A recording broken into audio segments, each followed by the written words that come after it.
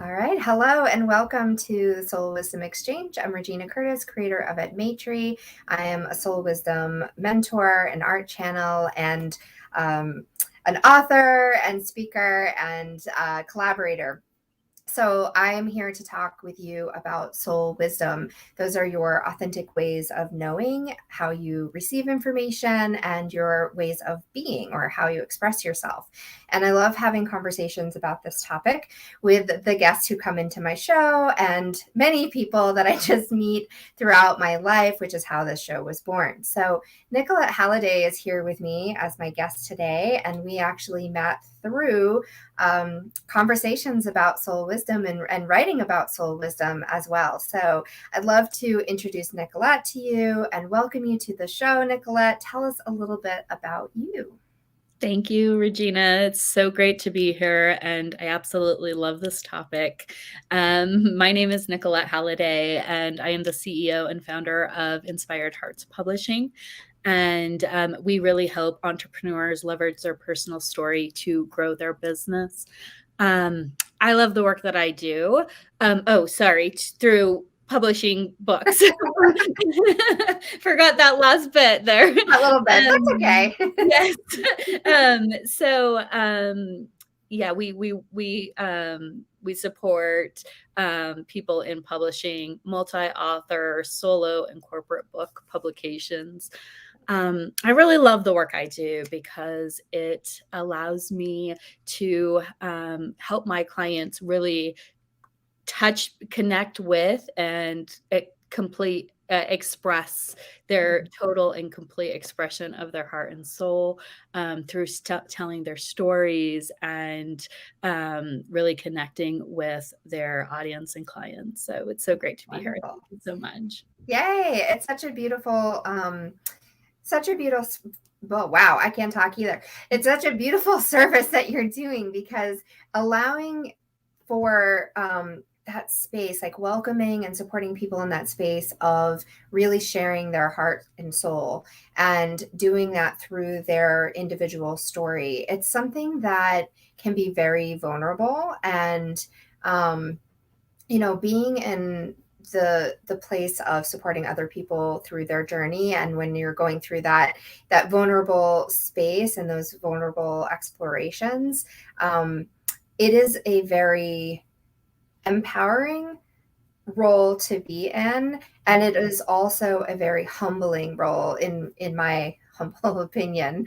I support soul wisdom explorers in different ways, and some of that is very similar, I think, in the way that you're holding that space, but really you have to be on that journey yourself, don't you?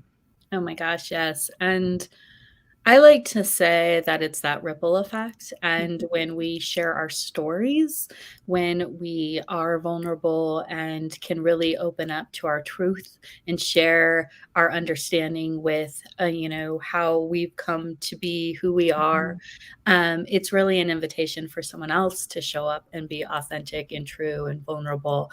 And it's that ripple effect that makes everything that I do like 100 times more magnified in its potency and importance to me.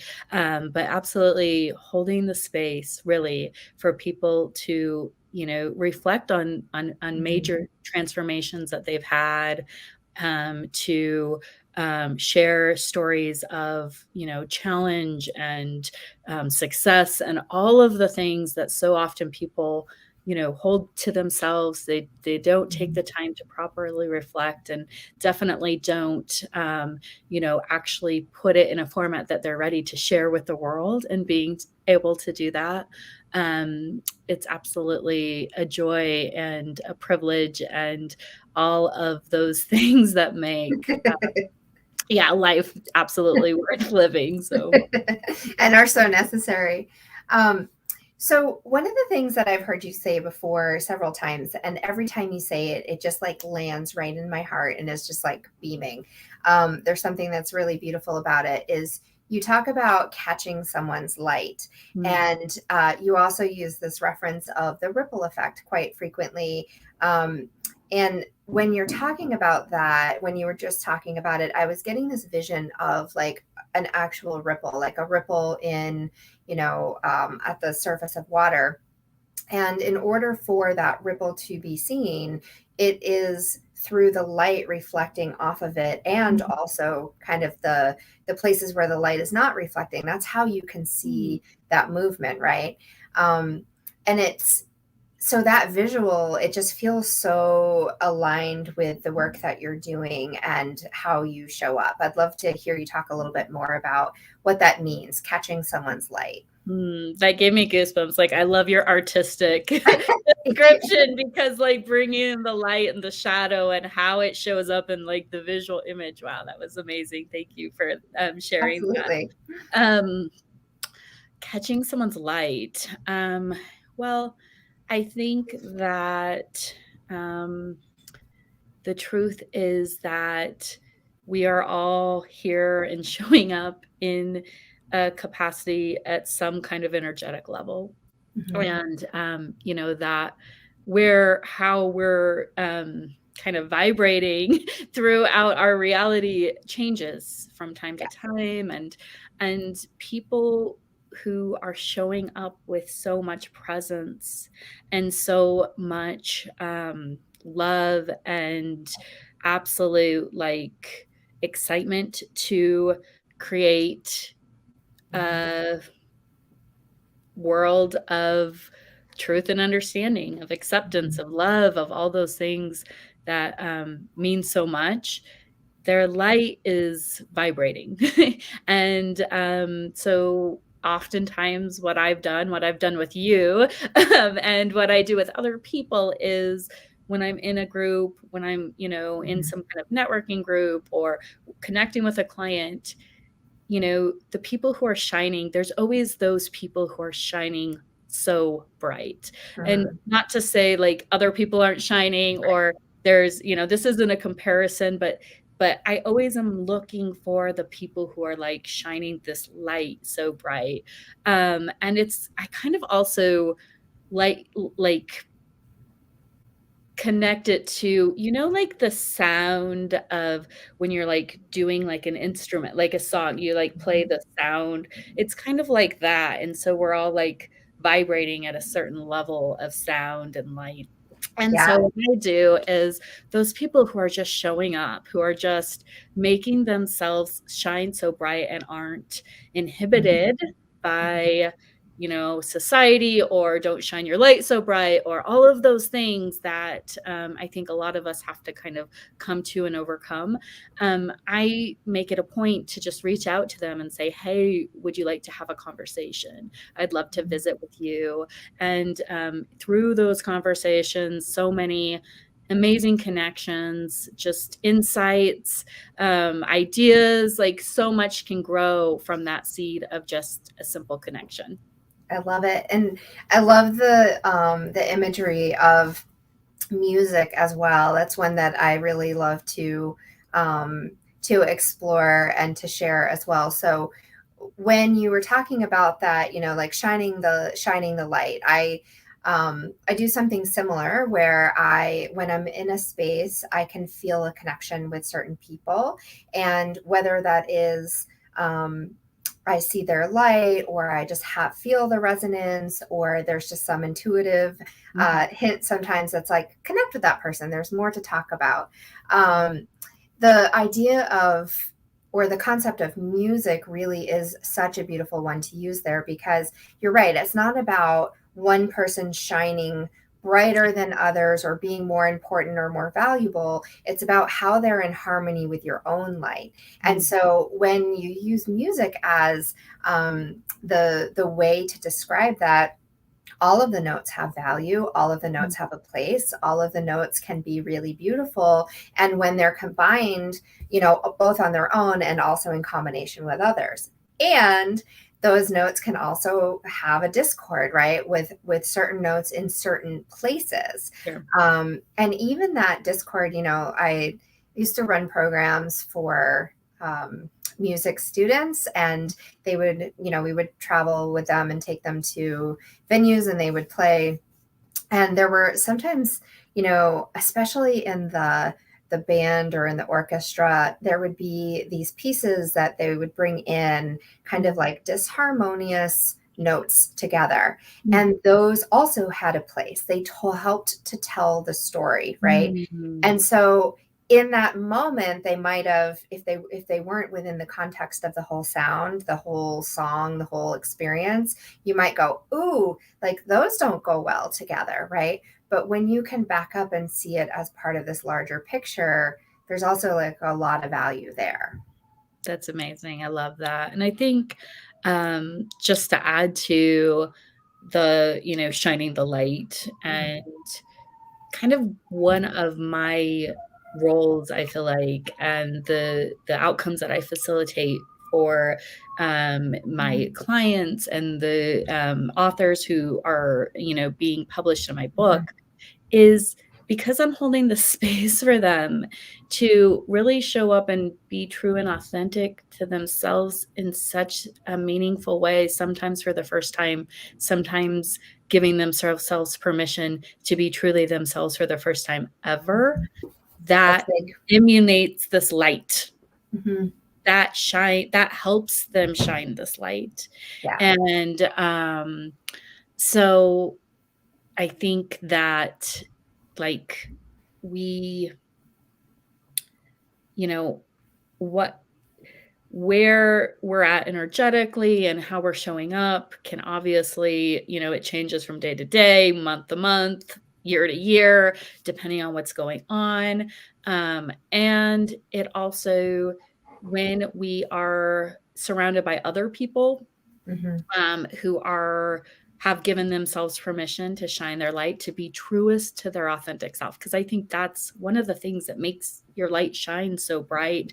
And when you have given yourself full permission to just be 100% and unapologetically you, and you keep Mhm. leaning into that deeper and deeper and deeper and deeper, that is where your light becomes brighter and brighter and brighter. So, there's a path to that, and there's also something that I like to say is, don't be afraid to be a beginner.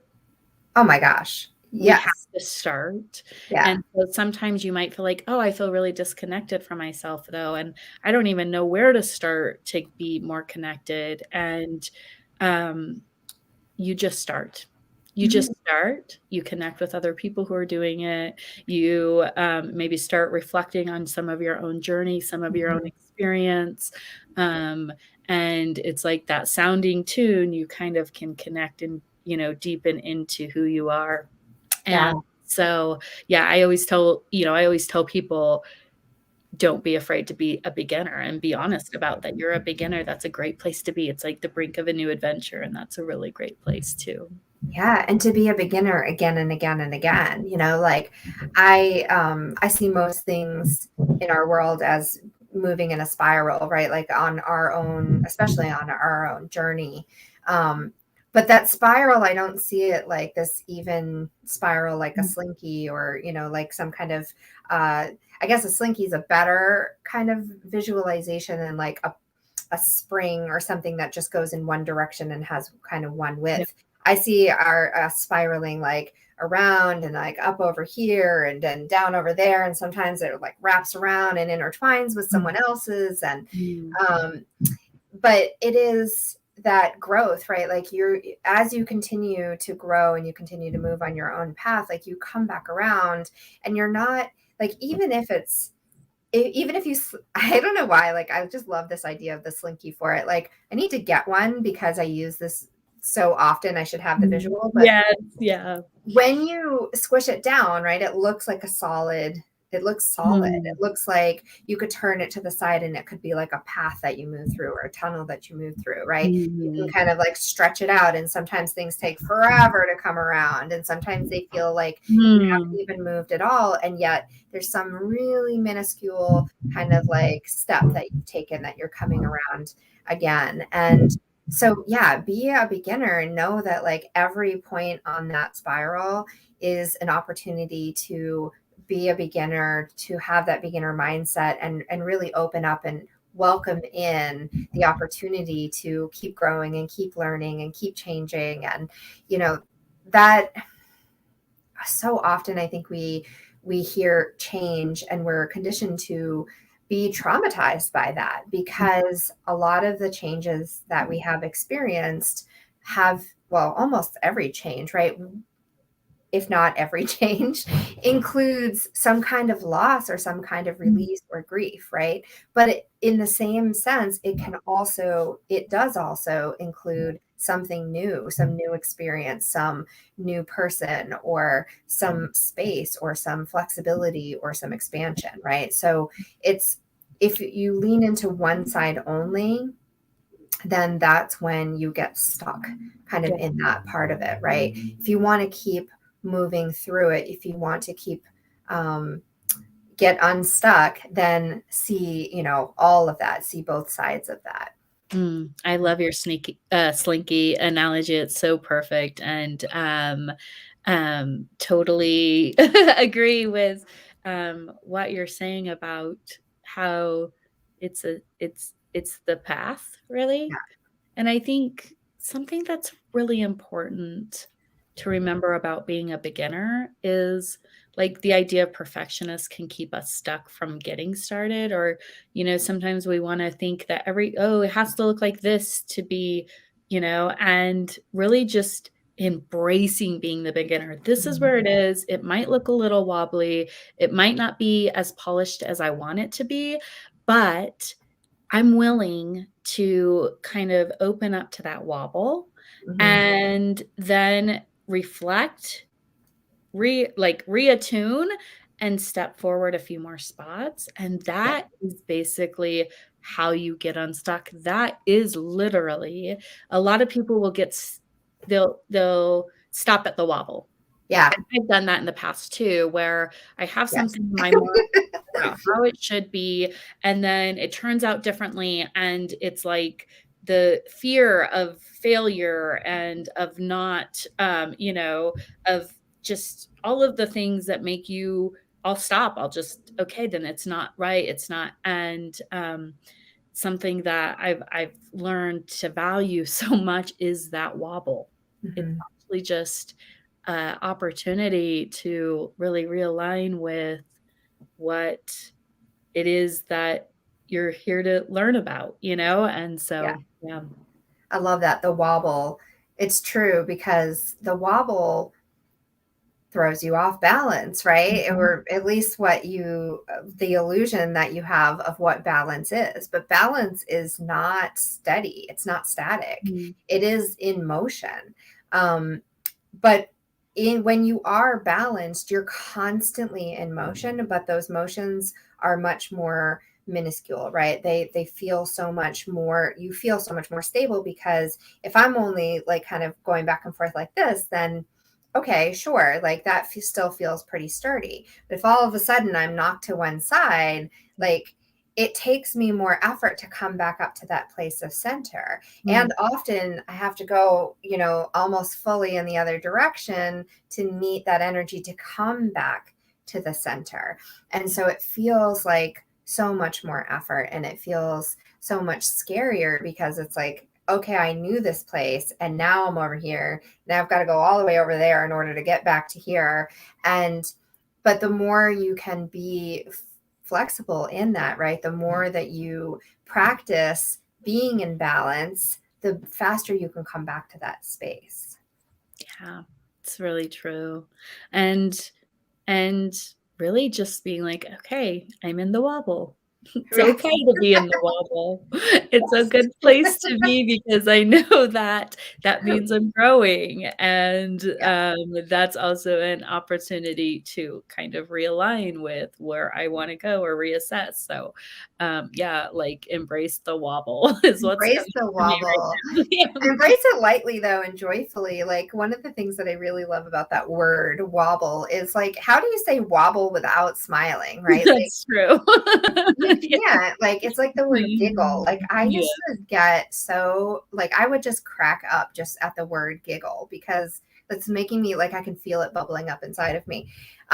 Because it's such a silly word. And that's fun, right? Mhm. Like it's not silly in a like, oh, that's just not serious kind of way, but it's like, how can you not have fun doing that, right? Like, how Right. can you not have fun when you are playful in that space? And if you're playful in that space, then it's going to be so much, I don't know, it's just like so More much enjoyable, softer. Yeah. right? Yes, exactly. Yes. Yes, it's funner.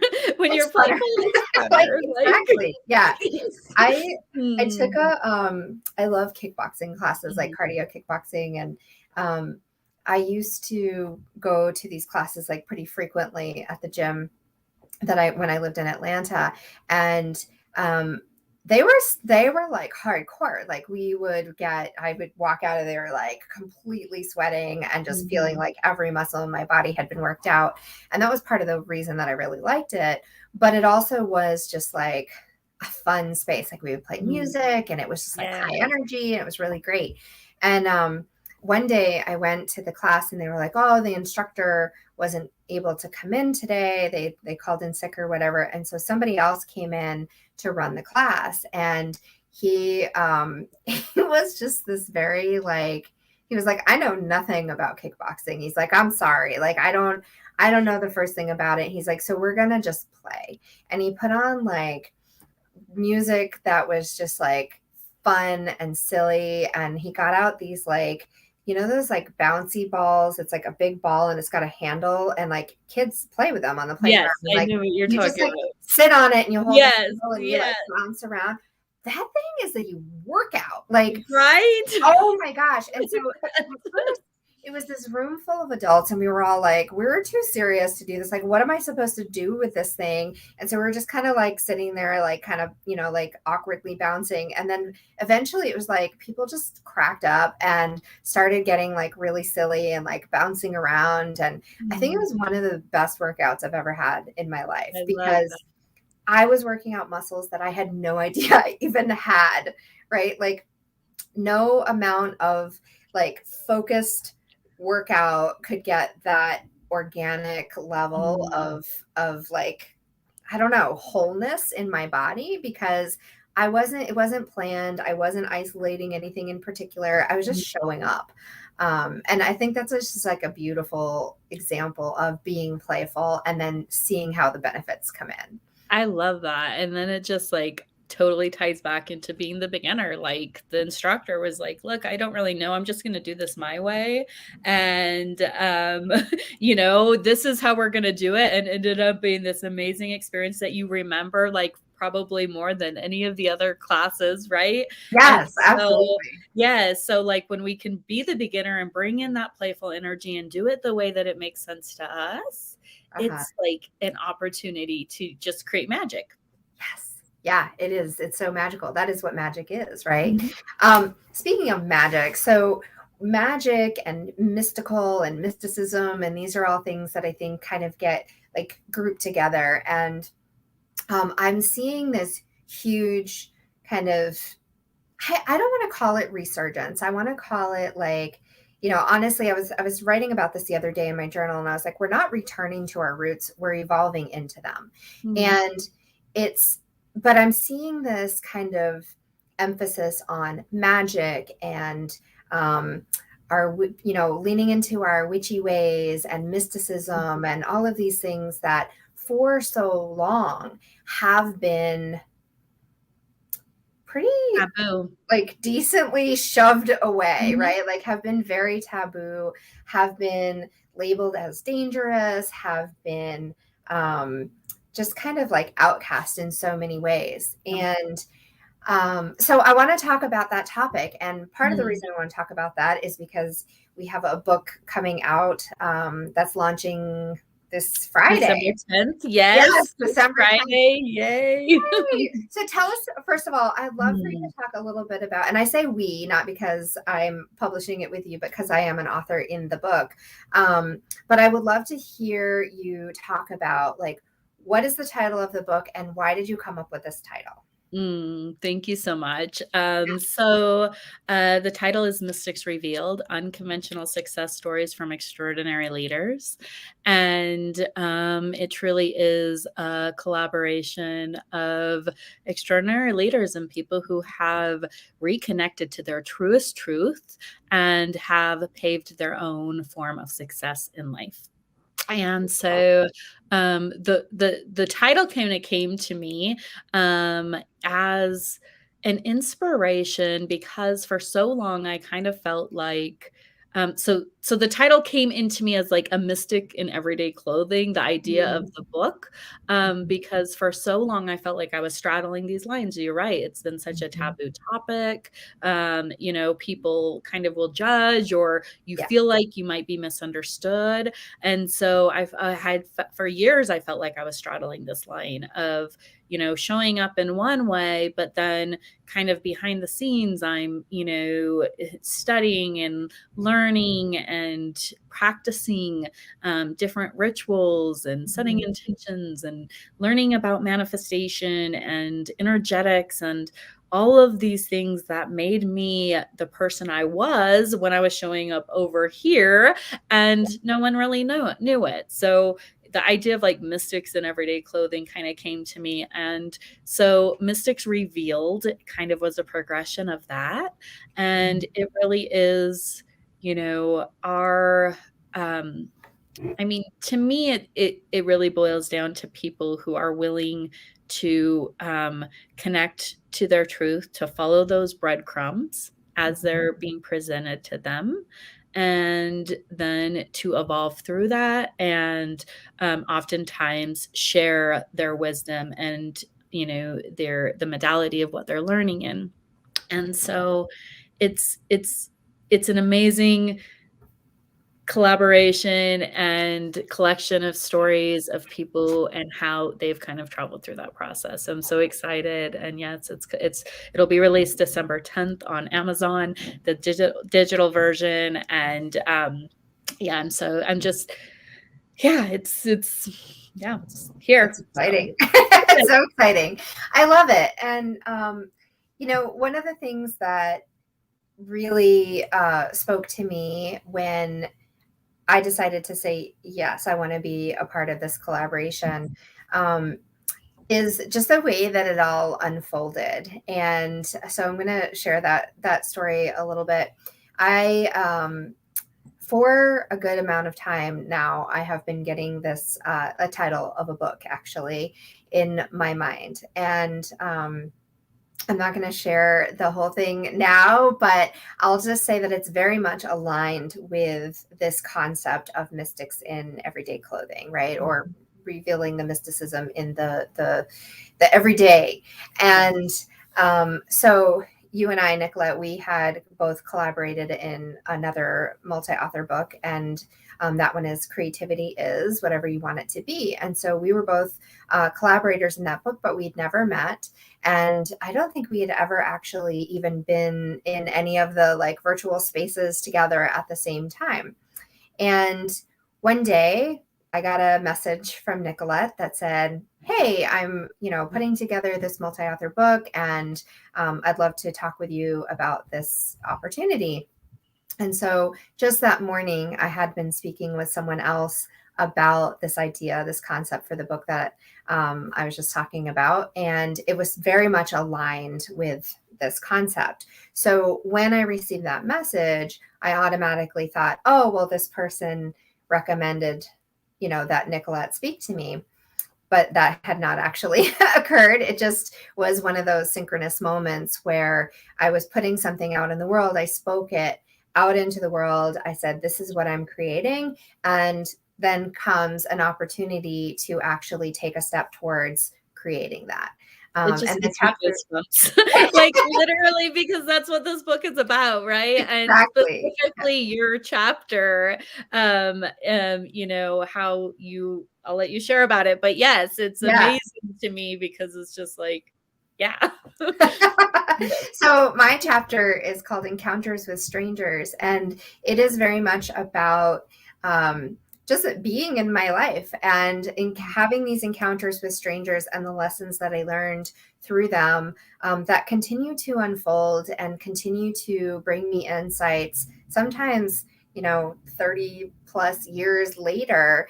And I'm sure that they will continue to have this ripple effect, right? So it's not even just in those communities where we can ripple out and have that effect where we continue to share our stories and empower each other and, make that light brighter for all of us. But even in our own experiences, how we can have this one experience and then that ripples out and gives us insights, and it ripples out again and brings in more. And it's just a really beautiful process. So I'm honored to share that story. I'm excited to share it with people. There are these little snippets of experiences that I've had. I mean, I think the first one I talk about, I was younger than 10 years old. So I was probably maybe 6 or 7 for some of those that I was talking about in there, all the way up through, current day. So yeah, Yeah, it's a lot of it's an fun. amazing collection and so well written. It sinks you in. It just makes you want to Thank just you. continue reading. You don't want it to be done by the time it's over. I Well, just feel like,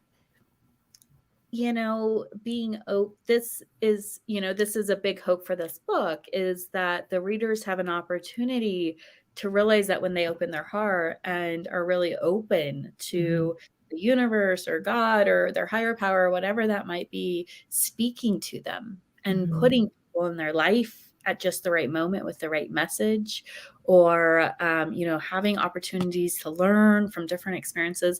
That is the hope of the mhm. book for the reader, that they realize and remember their own Yeah. encounters with strangers, or reflect on those things that were like, that always felt like it was more. There was more than just that person saying Mhm. that. It always felt like, it just always stuck in my mind, and remembering and then thinking why, because Right. there's so much more probably, and there's a reason for it. Mhm. So yeah, I'm so excited to have your story out there, and it's you're a beautiful writer, and Oh, it thank really you. is eloquently, um, yeah, put I together. appreciate that. I really do. Um, I've always enjoyed writing and never really thought of myself as a writer. Um, just like it took me years and years and years to consider myself an artist, to really claim Mm, that identity. And I would say it's only in the last couple of years that I really truly, feel comfortable saying I'm an artist. mm, And through these experiences of contributing to these multi-author books, I think um, oftentimes, I've talked about this before, but I think oftentimes they get kind of a bad rap of like, oh, like people have judgments about it, right? Well, is that a real publisher, or is that a real experience if you're not writing the whole book, right? Like yeah. if I do 50 squats, is it a real experience if I feel it like the next day? Yes. Is it a real experience if I like spend the day rearranging my office and feel that too? Absolutely. Like who says what a real experience is except for you? You get to choose how Mm, you show up in that experience, and how you're receiving the perceptions of it. And one of the things that I really have received through this experience is the relationship with myself as a writer, and mm, really claiming that, and really being confident in sharing my writing, and not doing it from a place of oh, my sister's really sweet. She's on. She says, as your sister, I loved your stories growing up. You've always been so creative and had an amazing imagination. Thank you. mm, um that was very nice. mm, um yeah, it just is something that I think I didn't do it necessarily to be. I mean, yes, like I love being a published author, like that's wonderful. yeah. But I really did it to challenge myself to Mm, show up, yeah. and to show up in the way that I was feeling called to do that. Like I have always seen myself as a storyteller, but for some reason, that's never really translated into being an author or being a writer. And I'm not sure why. I think, actually, I can tell you exactly why, but do you want another story? Yes, I would love to hear why. Okay. When I went to kindergarten, I knew how to read, and I think I talk about this actually at the beginning of the book too. But I already knew my alphabet. I already knew how to read. I was really proud of the fact that I could, count well past 100. And I loved learning. I've always loved learning. And my older sister, she's 7 years older than me, different sister than that's on here now. Okay. I've learned a lot from her as well, though. And but because my sister was 7 years older than me, and she's a natural born teacher, like she's always been a wonderful teacher and also super creative. I have some pretty talented siblings, but she taught me how to read. And I remember when I remember we shared a room, and I remember sitting at this little like toy thing that had like magnets on one side and a chalkboard on the other. And she asked me, what word do you want to learn how to spell? And the first word I asked to learn how to spell was unicorn. I've always been a little bit of an overachiever, but so she taught me how to spell unicorn, and like we just played, we had fun with it. She taught me things like, the difference between desert and dessert is that strawberry shortcake has 2 S's. And I still remember that to this day. Like there are things that she taught me in that moment that really stick with me. And so when I went into kindergarten, you had to do I don't know, like an interview of sorts. Like an assessment An type? assessment, yeah. Mm-hmm. That would absolutely be the word. Like there's my degree in teaching going right to work, and I can't think of the word assessment, but so they like had us do these things and, say the alphabet, count to 100, and you would like toss the bean bag. And we got to like 100, and she's like, how high can you count? And I was like, oh, I can keep going. And I could tell the woman was bored. And so then I went into kindergarten, and I just had a horrible experience. And because I was at a different level of academic ability than the other students, because they maybe didn't have an older sister who was teaching them how to read, Sure. or, maybe they didn't have that same like thirst for learning that I did at that point, or whatever the circumstances were. It's not a comparative thing. But I was bored. I was really bored, and the teacher didn't really have a lot of tools to be able to really give me what I needed.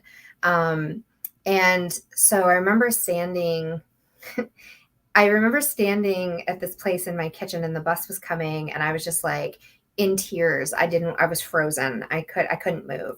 And my mom asked me, like, what's going on? And I said, I just don't want to go. I hate it there. I don't want to go to school anymore. And so my parents had a conversation with my teacher. And I remember like I was given homework at that point, because they weren't able to really support me. School was very different. This was in the early 80s. It's just there weren't the same resources as there are now. And so because my parents didn't want me to skip into first grade, that was part of the conversation. They said that they didn't think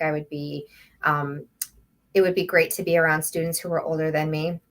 I still don't understand that decision, but it was the decision that was made. And so the only thing that really was accessible was to give me homework. And so I just leaned into it. I was like, all right, I've got this assignment, and it was to write a story. And so I got out my little, I think it's like a Richard Scarry dictionary, and it had like these pictures and like the definitions, and it helped me spell. And so this was one of my favorite books, and I wrote a story about picking oranges, and I was so proud of it. And I brought it into school, and I was accused of cheating because it was too advanced. And so my mom was accused of helping me and writing the story for me. And I think at that point I learned that I'm not a writer. Like it's not safe for me to put myself out there in that way. And I feel like that has really just been this thread that's been woven through my entire experience with writing and Yeah. with academics and with school. So With anyway, putting yourself out there as a writer, right? It's like, yeah. it's one thing to write, and that maybe feels okay, but to Oh yeah. actually put yourself out there as a writer and as, the creator of the piece, especially after that Mhm. experience, I can see why that, has kind of loomed in your subconscious, and Mhm. it's so crazy to me how these experiences so early on can Mhm. impact and linger and, continue to show up throughout our lives. So I'm so happy that you're owning and embracing this new title of author and writer, and you really are an amazing writer and Oh, thank storyteller. you. And so it's a great, like, such a great block to push past, right? And show Mhm. that teacher wrong. Yeah. So Yeah, and it's interesting because I've been a teacher, like mhm, I've actually been in those shoes and I have some empathy for her in that way now. It's like we were talking about that ripple effect. Um, there was a time when that first kind of came into my awareness and I was mad about it. I was like, oh my gosh, that was, 30 whatever years ago at that point. It was a while yeah, ago. That, I was 5 years old when that happened. And I remember being an adult in my, probably late 30s, thinking, damn it, like, I can't believe she did that. yeah, And then I had some time to reflect on it and I was like, I know that I couldn't give everything that I wanted to or needed to every single student that was ever in my classroom, yeah. you know? And teachers have bad days too, and, like, it's, Absolutely. it's Yeah. like we have to give some grace to all of those things, but yeah, Yeah. but it's such a delicate, like, with kids, it's just like they It's really hard. are, like, they're forming their opinions about themselves and how they're, how they're gonna end up interacting and showing up in the world. So, like, I mean, it's amazing that you can connect. I have kind of a similar experience with actually Mhm. being creative, with Mm. a teacher, that happened, and I think just acknowledging it is like there's power in just, like, connecting that dot and just saying, "Oh, that's why I never Yes. thought I could be creative. That's why I never, felt like that was a strong suit of mine." So yeah. I love that too.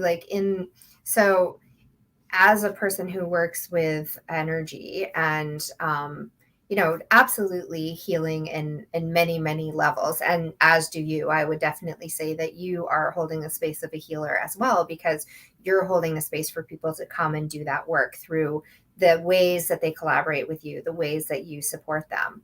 And anyone who's holding that space really is a healer. And that is, to me, that is such a powerful way of doing that work. You hear a lot about like shadow work and inner child work and all of these, terms that are really pointing you towards this place of finding where that wound occurred, right?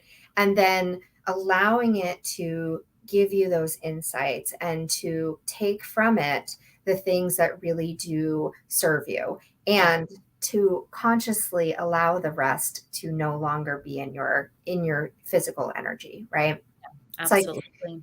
so yeah, that is such a powerful way, and you don't have to necessarily go through every single other, moment in your life. Like, I could try to go through this path of like, when else did I devalue Yeah, myself as a writer, or when did right. that show up It in doesn't another need way? to. Doesn't Yes. matter, right? It It's doesn't just like need. laser focus, like, right at the, touch point. Yep, and then it And all can dissolve. it's really true, I think, in sharing our stories, that's a big part of what I'm facilitating is the cathartic release and the reflection and opportunities that come with that, because, it's just it's a rare occurrence where people actually have this opportunity to, like, okay, I have this part of my life that I'm gonna really reflect on and then remember all of it and Mhm. share it with the world, and it's truly cathartic. Like, I've had so many people tell me, like, go the remembering, of Yeah. it, and then the sharing of it, and pushing past kind of the thoughts of like, oh, the assumptions that how people are gonna receive it, and Mhm. then realizing that it was received with so much love by the bulk of people, and so much appreciation for the fact that you were willing to do that. Yeah. Um, yeah, it's the ripple. So, It absolutely is. One final insight that I'd love to share and just kind of bounce around here with you is the idea of ritual and ceremony. mm, And to me, ritual is a sacred space that you're showing up in regularly, right? And you're doing that for yourself. And ceremony is taking that ritual into a space where you are sharing it in community and mm, you are making a commitment to it. You are celebrating it. You're sharing that for in service of yourself and others. And so when I think about writing, for so long, writing has been a ritual for me. mm, It has been a daily journal practice for as long as I can remember. It's been something that I've done, for myself, and I've shown up in that ritual religiously. mm, Um, and and I mean that in a very like heart-centered way and a very devotionally, right? Like it not about it being just about the practice, but because it is something that I truly believe in, that I have faith is going to be something for me that is going to support me. It's going to just be there for me always. It's a It practice that I sounds like have. it just fuels you, and it just connects you back to your center in this really, like, Absolutely. meaningful way. That's beautiful. Yes, definitely. And so publishing, I think, is a ceremony, right? Mm. And it Yeah. is that, you're taking that ritual, you're taking that Mm. connection that you have with your own soul wisdom in whatever way that comes through for you, and you're sharing that in service of others, in service of yourself, in celebration. And it's such a beautiful thing, right? It's not about to me, it's not about anything except for the celebration of, The sharing ceremony. the stories, the Yes. ceremony, right? Like Mm. Yeah. it's that like standing in this community and saying like, let's be in a conversation together. And maybe we can't always have a two-way conversation, but we do on a soul level, we do on an energetic level when you read someone's story. So Yes. thank And you. and I think it's that, just to add to that, it is the start of a conversation. It is the seed Mhm. that we're planting, and the ideas that, for someone else, I always like to think of, books, but, these multi-author books specifically as like a portal, of wisdom, and we are we are moving through this portal, and then we're inviting the readers to move through it with us, and there's so much connection in sharing our stories, and so there's so much to celebrate about that. So I love Definitely. the idea of the ceremony, and to me, when people it's really truly about being true to ourselves, and sharing our story is such like a touch point of that, and not having the shame or the guilt, or all of the things that sometimes come with the most mag the most transformational parts of our story, Mhm. not of shedding all of that, and it's really creating this space for people to be okay with themselves too, and that's worth celebrating too. So yes, there's so much celebration, and I love the idea of the ceremony of the launch, and as we are going through this portal, it's a growth, it's a transformation that happens, and it really is when the contributors, when the authors show up and say, I'm going to put myself out there in this way, and I promise you, there's all of these things that they're overcoming as they're doing this. And so so it's really a rite of passage for them because they come out on the other side of this as a different person than when they started. Absolutely. In whatever way that looks for them, it can show up differently for everyone, but they will come out this other side as a different person. And in that, there's a lot to celebrate too. So much, so much. So come celebrate with us on Launch Yes. Day on December 10th. We will be here online all over the place. But Nicolette, why don't you tell people how to be in touch with you, how to share in the celebration, and anything you would like to share before we wrap up? Okay, great. So, yes, so the digital launch is happening on Amazon on December 10th.